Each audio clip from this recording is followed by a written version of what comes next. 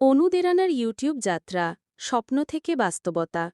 অনু দেবনা, সংক্ষেপে অনু, ছিল এক স্বপ্নবাজ মেয়ে। তার বয়স যখন ২২, তখন সে কেবল বিশ্ববিদ্যালয়ের গণ্ডি পেরিয়ে কর্মজীবনে শুরু করতে যাচ্ছিল। তবে তার মনে একটি অন্যরকম নেশা ছিল, মানুষের সাথে কথা বলা, তাদের জীবনের গল্প শোনা এবং নিজের ভাবনাগুলো অন্যদের সাথে ভাগ করে নেওয়া। সে জানত প্রচলিত চাকরি তারই ভেতরের আকাঙ্ক্ষা পূরণ করতে পারবে না। অফুরন্ত অবসর সময় সে ইউটিউবে বিভিন্ন ভিডিও দেখত। নানা ধরনের কন্টেন্ট ক্রিয়েটরদের দেখে তার মনেও একটা স্বপ্ন দানা বাঁধতে শুরু করল। যদি আমিও এমন কিছু তৈরি করতে পারতাম যা অন্যদের অনুপ্রাণিত করে, তাদের মুখে হাসি ফোটাতে পারে। কিন্তু স্বপ্ন দেখা যতটা সহজ, বাস্তবায়ন করা ততটাই কঠিন। অনুর ভয় ছিল, কে দেখবে তার ভিডিও? যদি কেউ পছন্দ না করে, যদি ভুলভাল মন্তব্য আসে। তার কাছে ভালো ক্যামেরা ছিল না, মাইক্রোফোনও ছিল না, এমনকি ভিডিও এডিটিংয়ের বর্ণটাও সে জানত না। একদিন তার ঘনিষ্ঠ বন্ধু রিনা অনুকে উৎসাহ দিল। অনু, তোর গল্প বলার ধরনটা এত সুন্দর, তুই যে কোনো বিষয়ে এত সহজে বোঝাতে পারিস, কেন তুই চেষ্টা করছিস না? রিনার কথায় সাহস পেয়ে অনু ঠিক করল, শুরুটা সে করবেই। ভালো সরঞ্জাম না থাকুক, তার স্মার্টফোনটাই ভরসা। এডিটিং শিখবে ইউটিউব থেকেই। প্রথম ভিডিওটা ছিল খুবই সাদামাটা।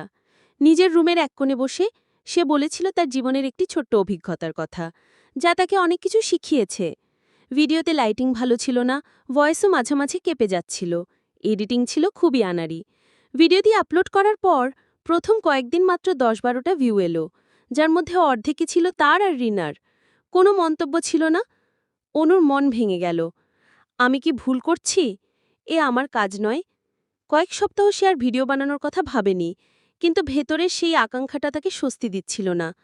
সে ইউটিউবে অন্যান্য সফল কন্টেন্ট ক্রিয়েটরদের ভিডিও বিশ্লেষণ করতে লাগল। কিভাবে তারা কথা বলছে, কোন অ্যাঙ্গেলে শ্যুট করছে, এডিটিংয়ের কৌশল কী। সে বুঝতে পারল সফলতার জন্য ধৈর্য, শেখার আগ্রহ আর লেগে থাকাটা জরুরি। অনু আবার শুরু করল। এবার সে শুধু অনুপ্রেরণামূলক গল্প বা নিজের অভিজ্ঞতা নিয়ে কথা বলল না। সে মানুষের দৈনন্দিন জীবনের ছোট ছোট সমস্যাগুলো নিয়ে কথা বলা শুরু করল।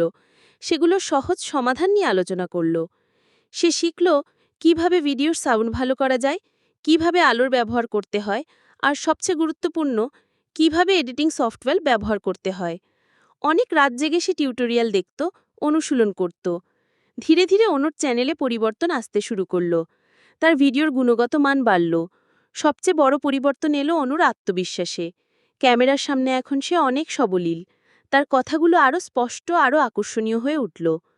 ১ বছর পর একদিন সে দেখল তার একটি ভিডিওতে হাজার হাজার ভিউ, নিচে শত শত মন্তব্য, যেখানে মানুষ লিখছে, আপনার ভিডিওটা আমার জীবনে অনেক সাহায্য করেছে, আপনার কথাগুলো শুনে আমার নতুন করে বাঁচার ইচ্ছে হচ্ছে, অনুদি, আপনি আমার অনুপ্রেরণা।